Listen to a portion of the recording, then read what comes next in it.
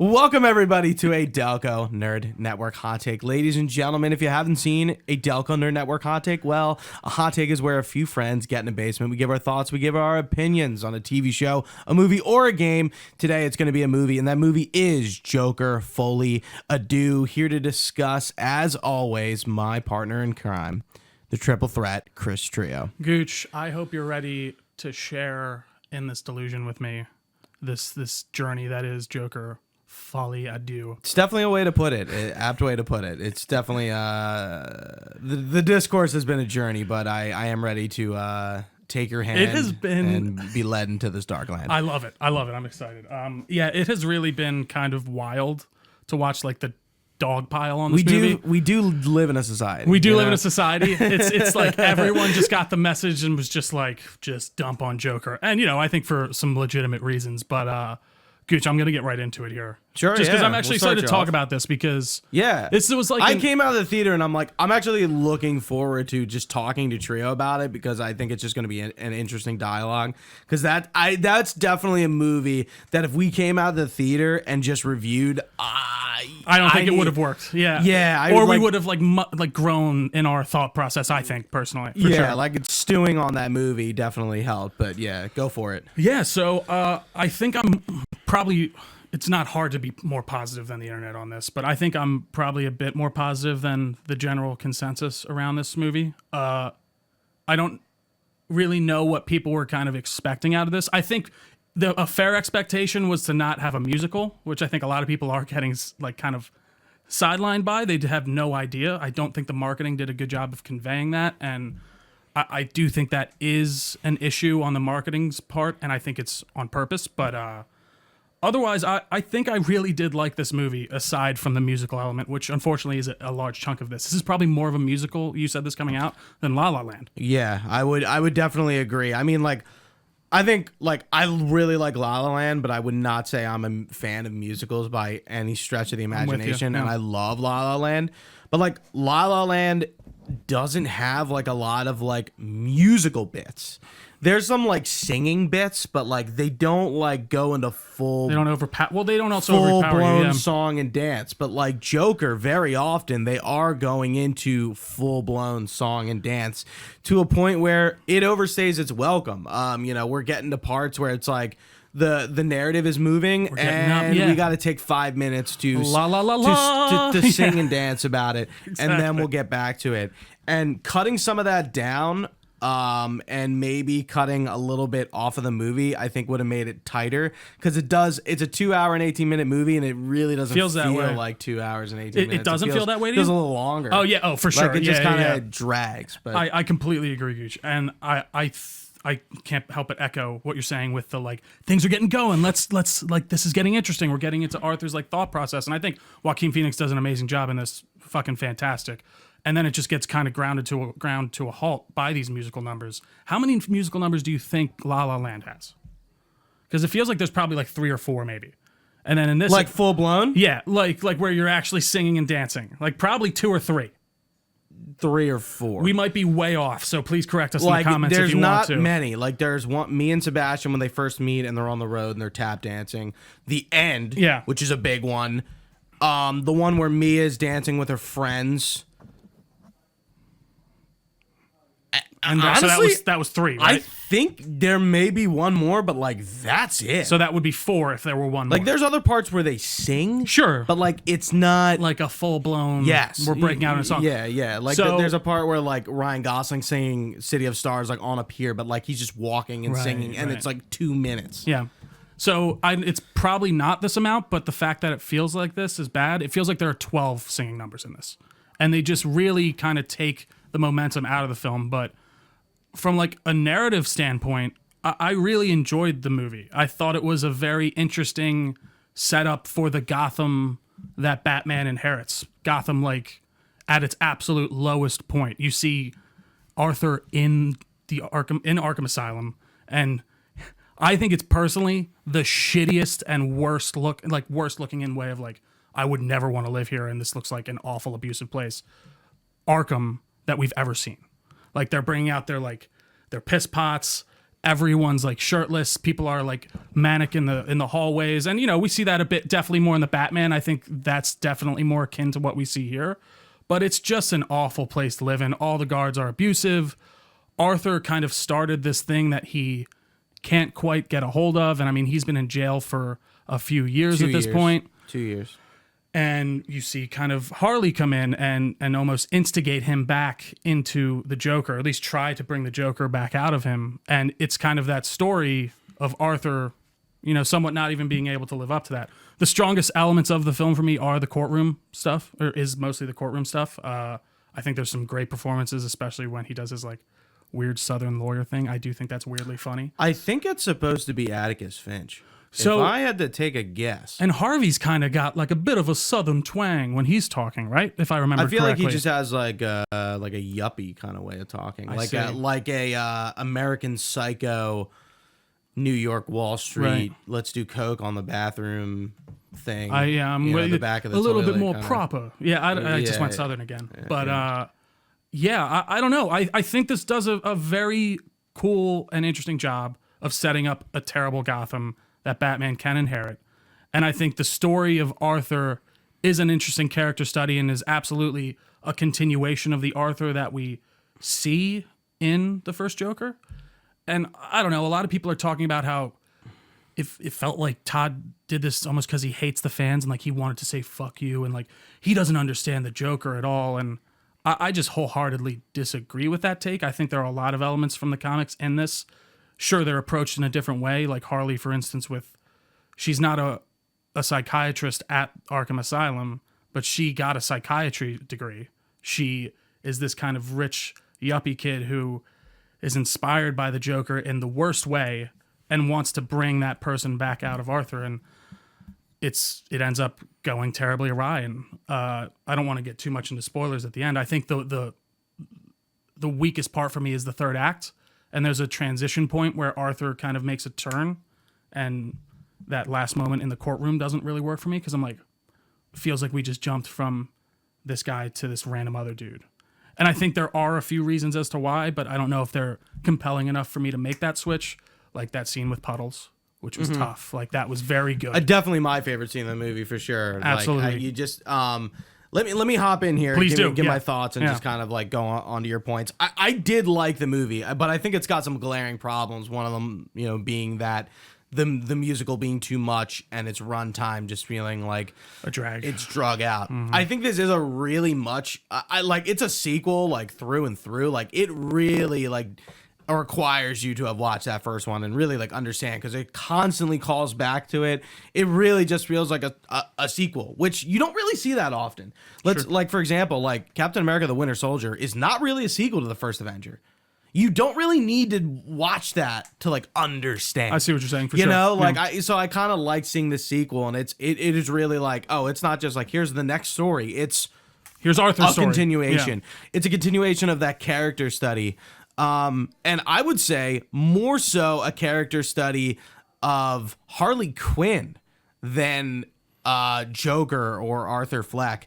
And I really loved Lady Gaga as they call her Lee in this, which I find interesting that they just, changed her name a little bit, but she is Harleen Quinzel. She is Harley Quinzel. But they seem to take a different approach, and an approach I don't think has ever been taken with Harley Quinn, where Harley is the manipulator. She manipulates him. Kind of like going off your point, like she's a rich kid.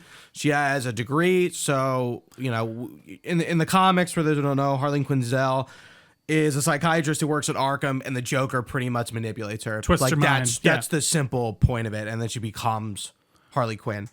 In this, it just seems like the Joker inspires her. Like she's a bit of like a rebellious, and the Joker kind of like brings this persona out of her.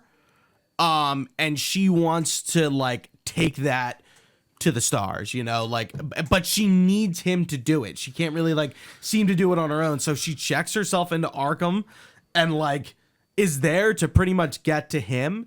and it kind of works, and like it gets a bit weird, and like we find out she checks herself in. So yeah, because we'll then, go full spoilers then here, it's yeah. weird. You know, she talks about like when he's in the hole or whatever you want to call it, and she's like, "They're letting me go. Yeah, I'm like, I was getting too close to you, and now they're just sending me home." And immediately when I heard that, I was like, "What? Yeah.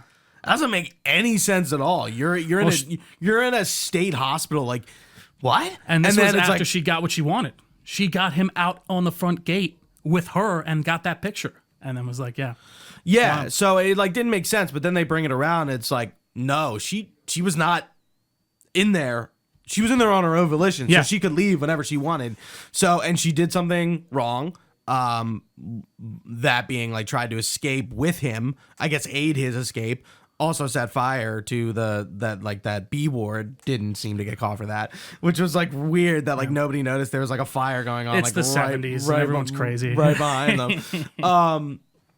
But yeah, like, you know, like she brings the Joker out, but like it's clear that like Arthur is really conflicted about himself and like if he wants to be the Joker full-heartedly. And it's like, does the Joker even exist anymore after that night? Like, because it almost seems like he's just keeps trying to bring it out of him throughout the whole movie. But he can't like He stick can't do with it. Yeah. Yeah. And I think the Gary Puddle scene, and like again, my favorite scene in the movie where, you know, Gary is kind of like, you know, testifying, and that one clown guy was killed and he witnessed it, but he let him go.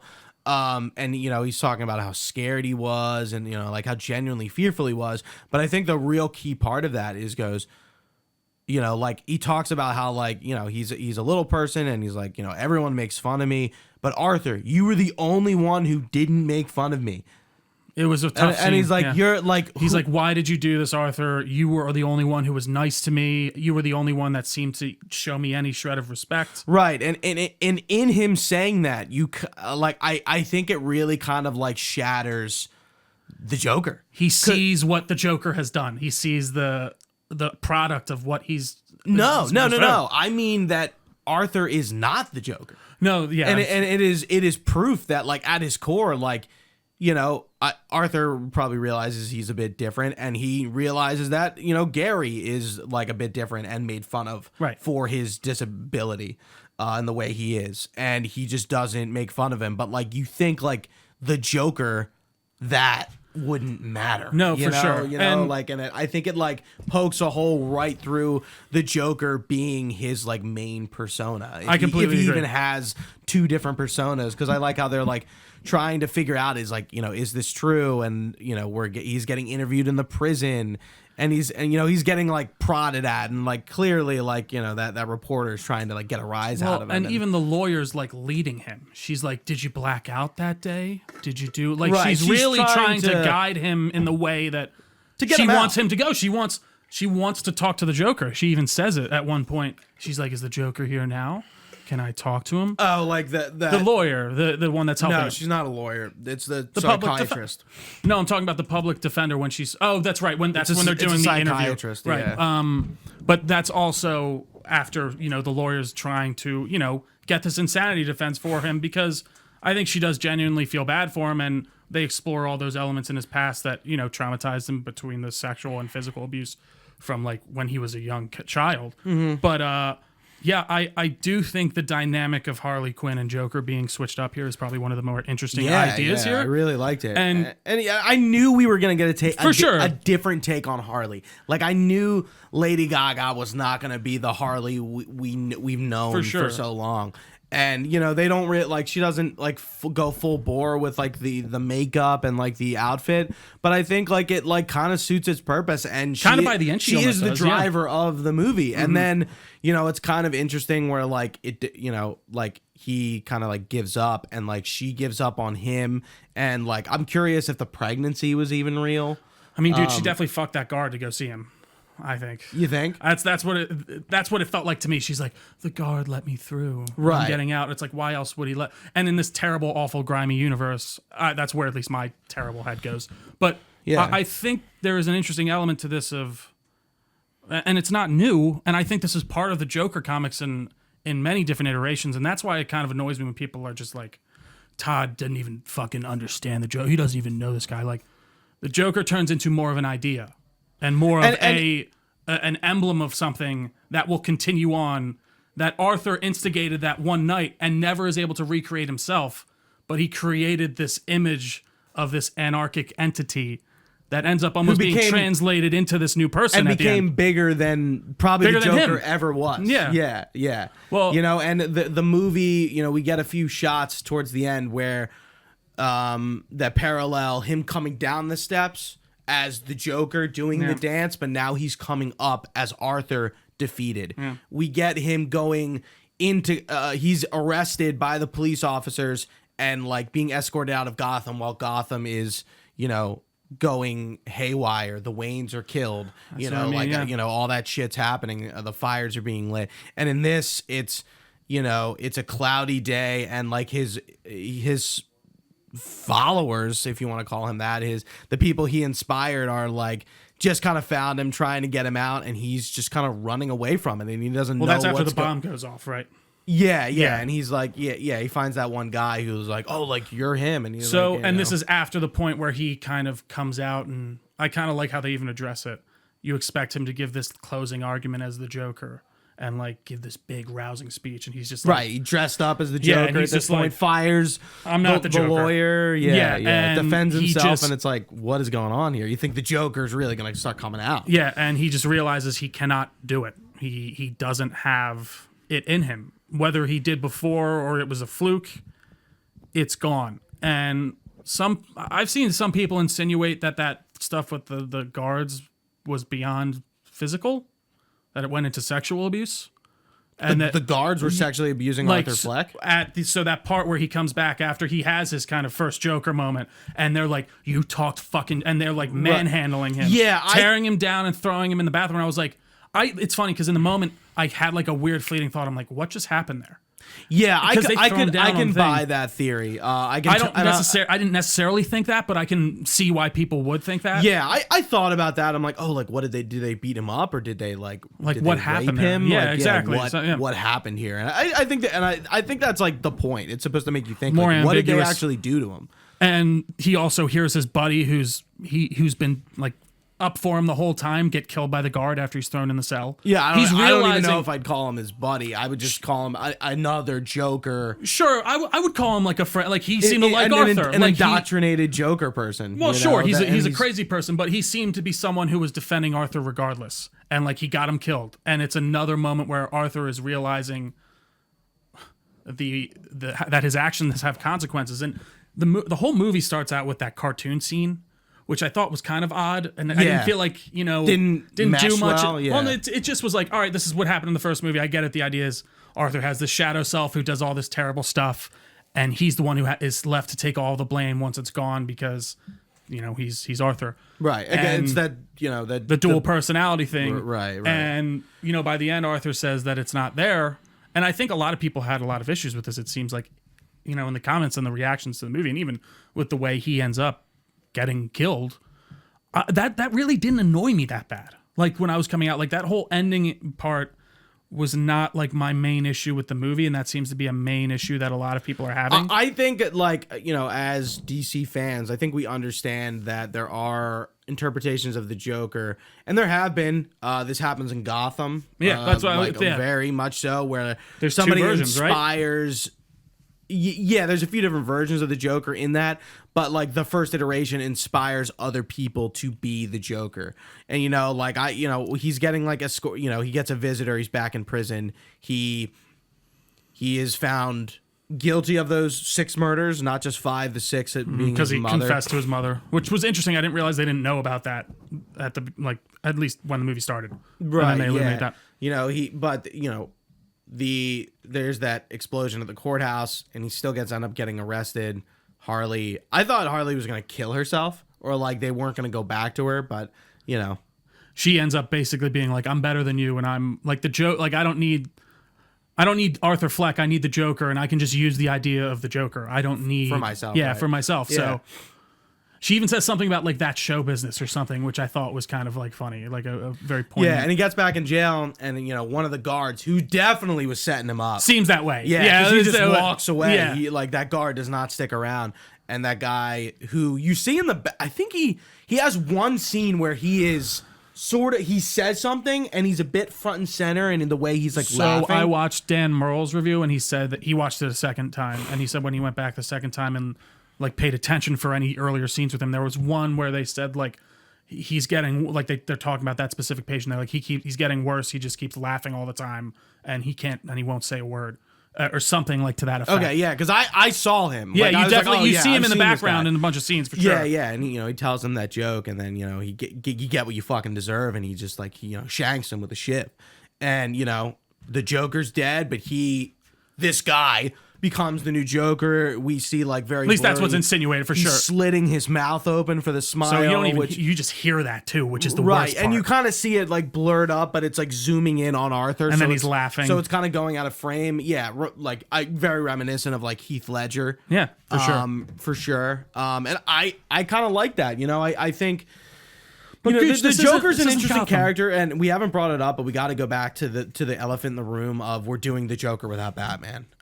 Sure. Just like we've been doing Venom without Spider-Man, and we did Madam Web without Spider-Man. It's like, how can you do these villains without their catalyst? And I think like the only way to do it is to be like, well, Arthur Fleck creates the Joker persona, but he probably isn't that Batman's Joker. He is the prelude to that Batman's Joker, The and almost the idea of the catalyst Joker. to why And the Batman ideology. exists. Honestly, because again, I don't know. Everyone I see a lot of people online like, this isn't Gotham. This is barely even tangentially related. There's nothing even they aren't even referencing anything. By the end, we have a scarred and disfigured Harvey Dent. Yeah. Who seems like he got half his face fucked up. We have a Harley Quinn who is done with the Joker that we see a lot, who almost grows beyond the Joker and is doing her own thing now and might even just take the Joker persona herself and use that.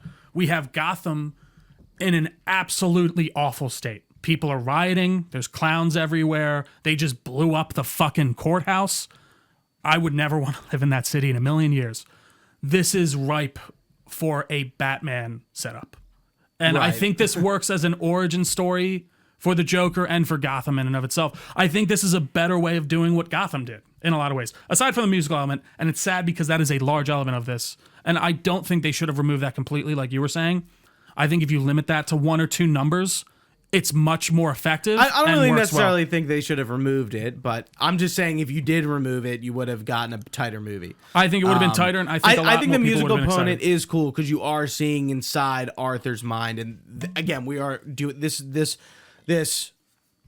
What is two movies? It's trilogy, Duology. I believe. I think that's really it. These yeah. two films Yeah. are a character study of the Joker. So Well, more of and- Arthur and- Fleck, and, really, and yeah. they go into that. The Yeah. musical scenes go into that For sure. Especially as he's like very confident and then very not confident, and his lawyer tells him that Lee isn't really good for him, and that fucks with his head, and he's in his He confronts her. his musical scene. He's getting betrayed by her, which again is interesting. It's different. Yeah, But I agree. I don't think they should have. I should re-evaluate. I agree. I don't think they should have taken it out completely. I just think limiting those musical numbers to 2 or 3 would have made it much more effective and trimmed it up a little bit. Yeah, too, for like sure. I like the one where like they have their show, and I then agree. I do too. This is you're singing about you. This is about me. And, Yeah. I think that really kind of shows what's going on. And there was another, and I mean, they pointed out right there, and even Dan Merle pointed out in his review, which I thought was interesting. Like Harley's always singing about me, I've got the world on a string, and Joker's he's always saying we. He's singing about Harley, And it's in the comics it's very the opposite. The Yeah. Harley is the one in love with the Joker, but in this Joker is in love with Harley, And she's he being used. needs love. And I like they bring back Zazie Beetz' character. I do too. Who we see her in reality in that movie? the scene she describes. There's one where you see her at the beginning of the movie, I assume, where you just see her in the elevator and she's like, hi. And then she goes on. And then the last scene where Arthur's in her apartment, he's like, I've had a bad day. And she's like, okay. And then he leaves.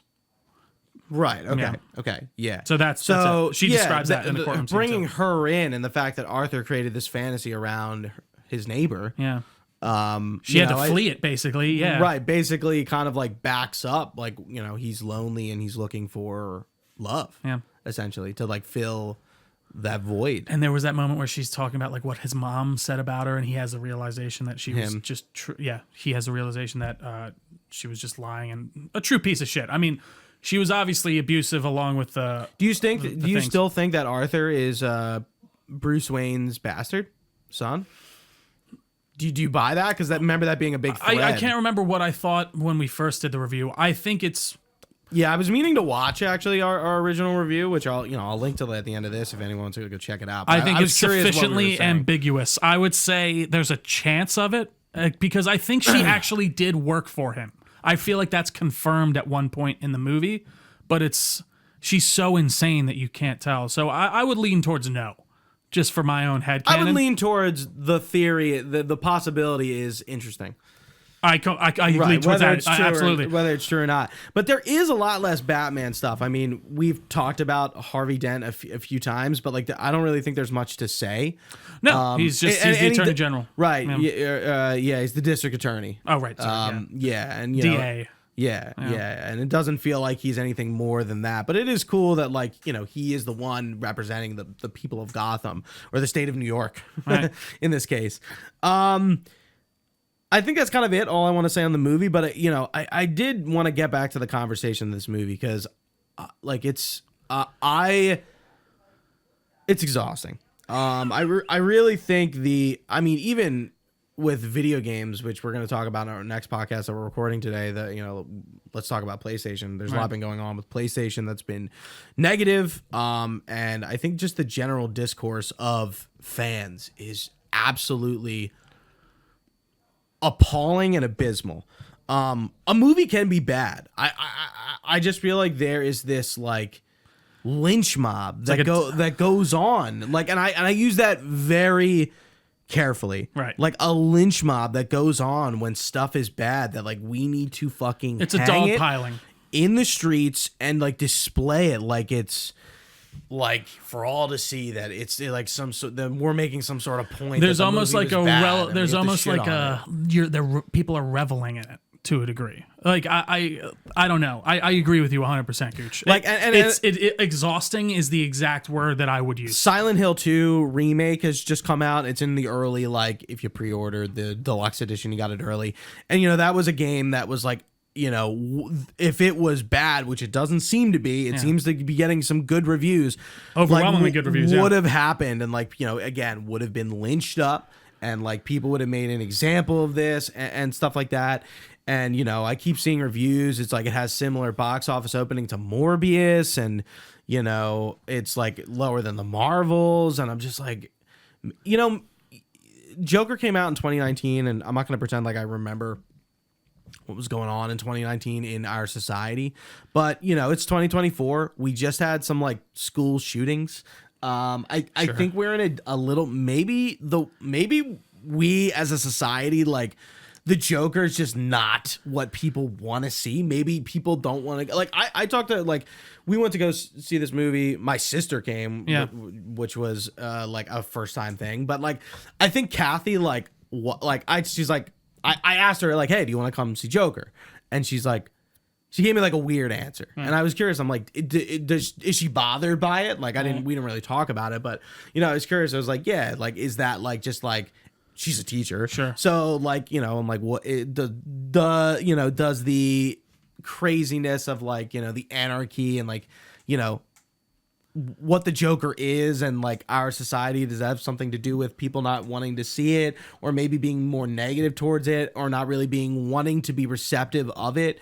I can totally buy that, and I do kind of think like 2024 is probably not the year for Joker Folie, or the Joker character getting this kind of thing again. Maybe 2019 we were more receptive to the violence of it and like the themes of it. I don't know, man. I don't think so. Only because, and I think that's a logical thought process. It's an interesting conversation. Yeah, I don't think so. The only reason I don't think so is because I still remember when Joker, the first one, came out, there was this whole talk of is this going to cause mass shootings? Or like, what are the message people are going to take from this? And oh my God, is someone going to be like, Joker's my hero? And honestly, there are some reactions to this. They're like, I don't know, some people may be thinking he had like some type of redemption arc coming his way in this movie, which I don't really see why you would think that. But yeah, I didn't know where this movie was going to go. yeah, well, and again, this movie didn't need to. The only reason this movie happened was because the first one made an incredible amount of money, and they probably pestered Todd Phillips and Joaquin Phoenix with millions of dollars to make it. It's a $200 million movie, which, by the way, it looks it. Every single fucking scene is in a real set. Arkham looks great, and they're not moving around a bunch. It's No. Arkham. It's not. I think it's Arkham State Hospital in Right, that. yeah, And not the Arkham. courtroom are two main set pieces. Like there's really nothing. Well, else. there's some random dance number sets, right, that you go to and things like that. But I guess actual, for sure, where like, the action's scenes happening, yeah. places we're spending a lot of time in. But yes, Definitely. you're right. We get some scene in the streets, and on the steps again, and yeah, it feels like they're using that money to make it, at least much more than a lot of movies I've seen. But I don't know, man. I agree with you. The jump on this, I think, just comes from the effect that people are just ready to pounce these days to a degree. And I kind of hate using that word.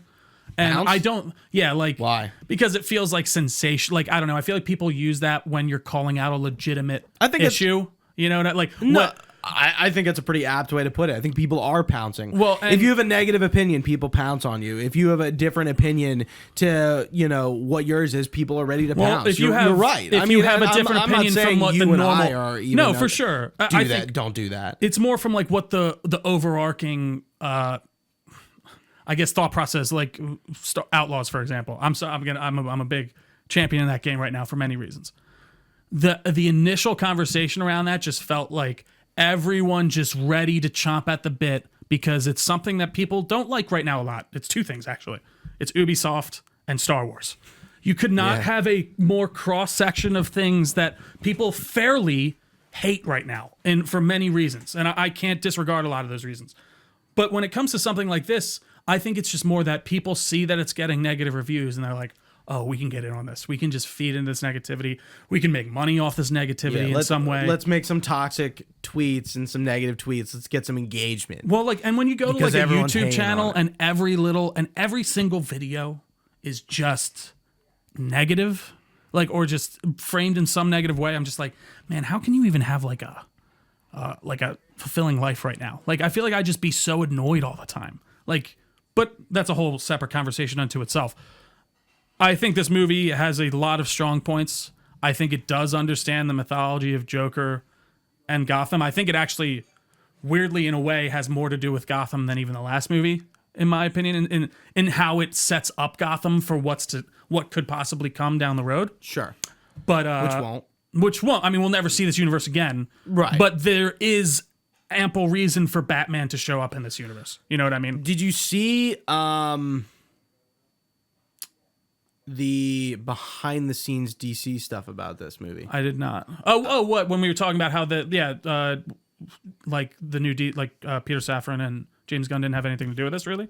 Yes, but no. It's in partnership with DC Studios kind of thing. Yeah, because it's their black label thingy. It's like Batman. Right, but the first Joker wasn't treated exactly like that. Like, it's getting the Morbius treatment where it's in association with Marvel. Well, remember they said that they were going to do that with the Batman and things like the Joker when they first announced DC Studios. That wouldn't be part of DC Studios. Those are their own separate thing. Right, I understand that, but I guess stamping that label on it makes it feel like, again, like Marvel treats Morbius and Madam Web, DC kind of putting Joker 2 out to pasture a little bit. I think it's totally different in the way of Marvel or Sony and because they didn't get them involved. They kind of let Todd Phillips do this, and they seem to do that or to be doing that with the Batman and things like that.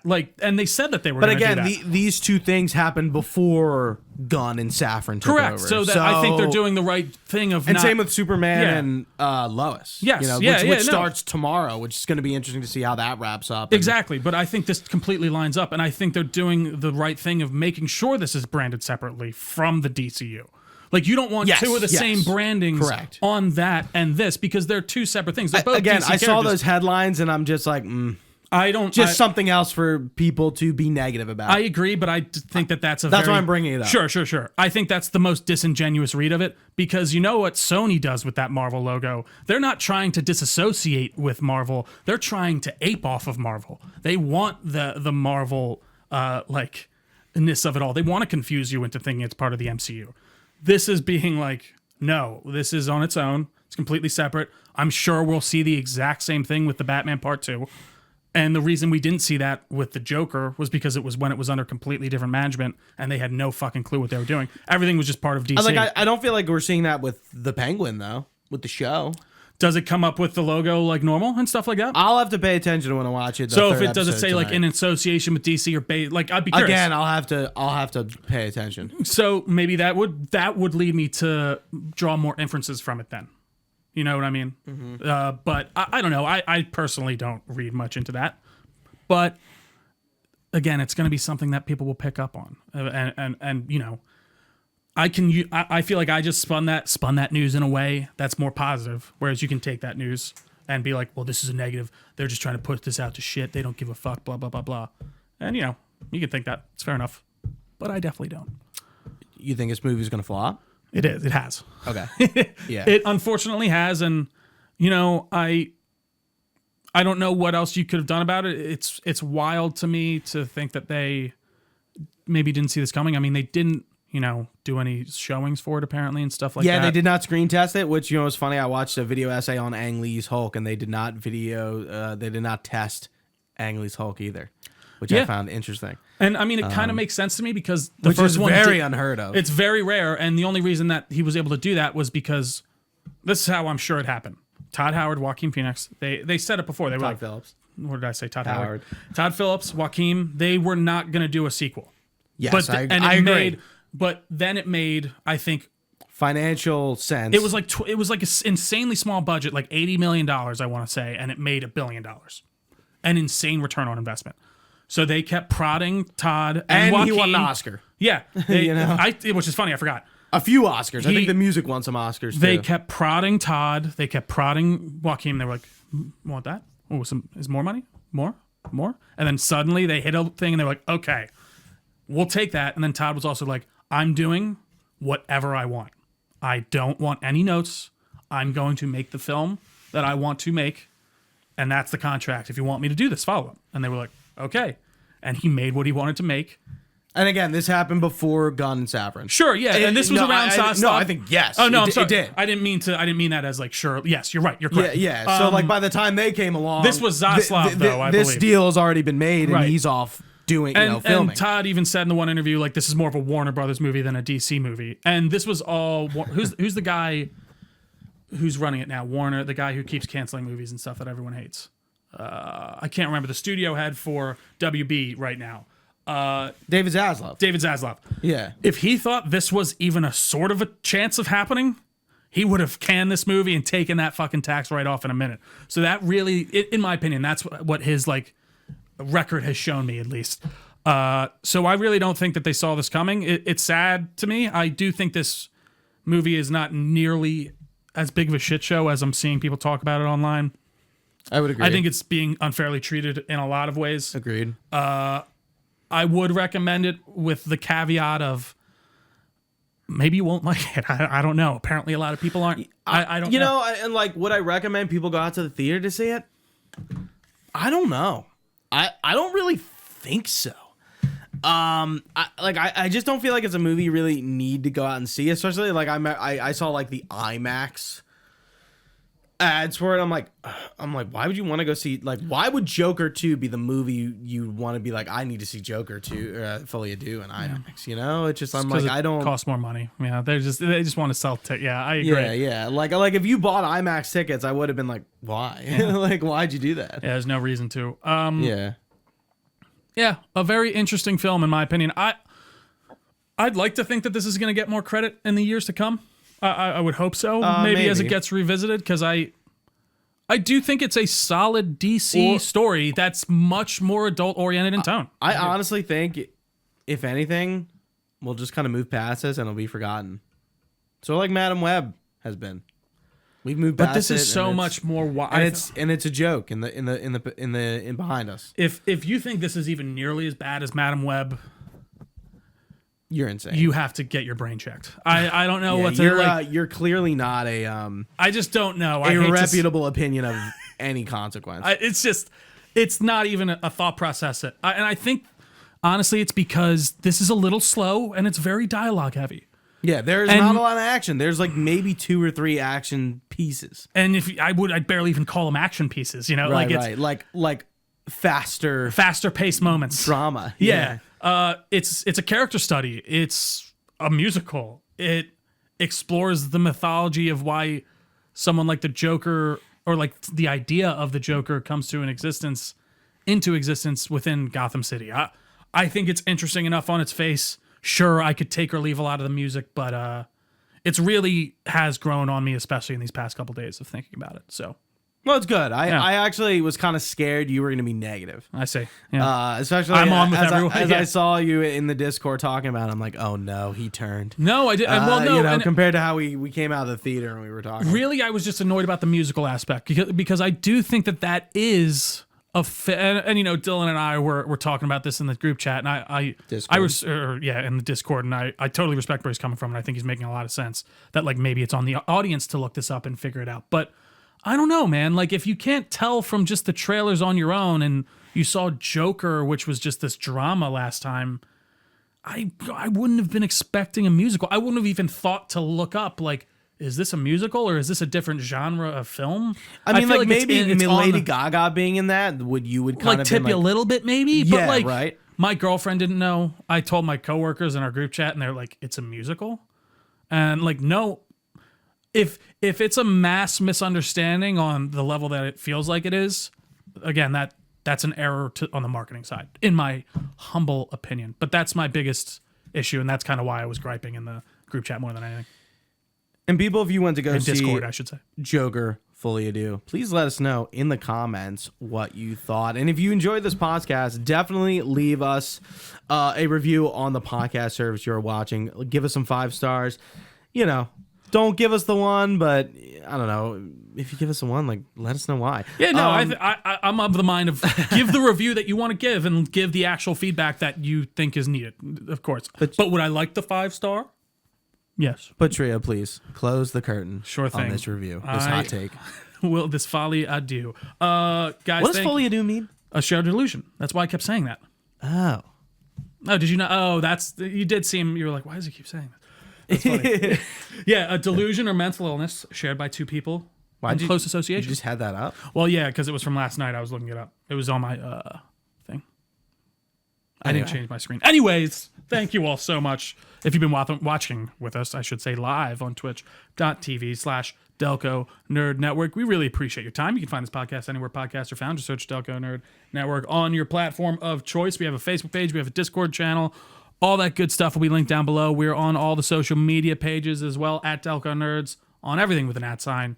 You can find all this information on our website, DelcoNerdNetwork.com. You can even email us your comments, questions, or concerns to DelcoNerds@gmail.com. We're happy to get back to you. But for Gooch, I've been Trio. Thanks for watching, guys. Stay nerdy, and we will see you next time.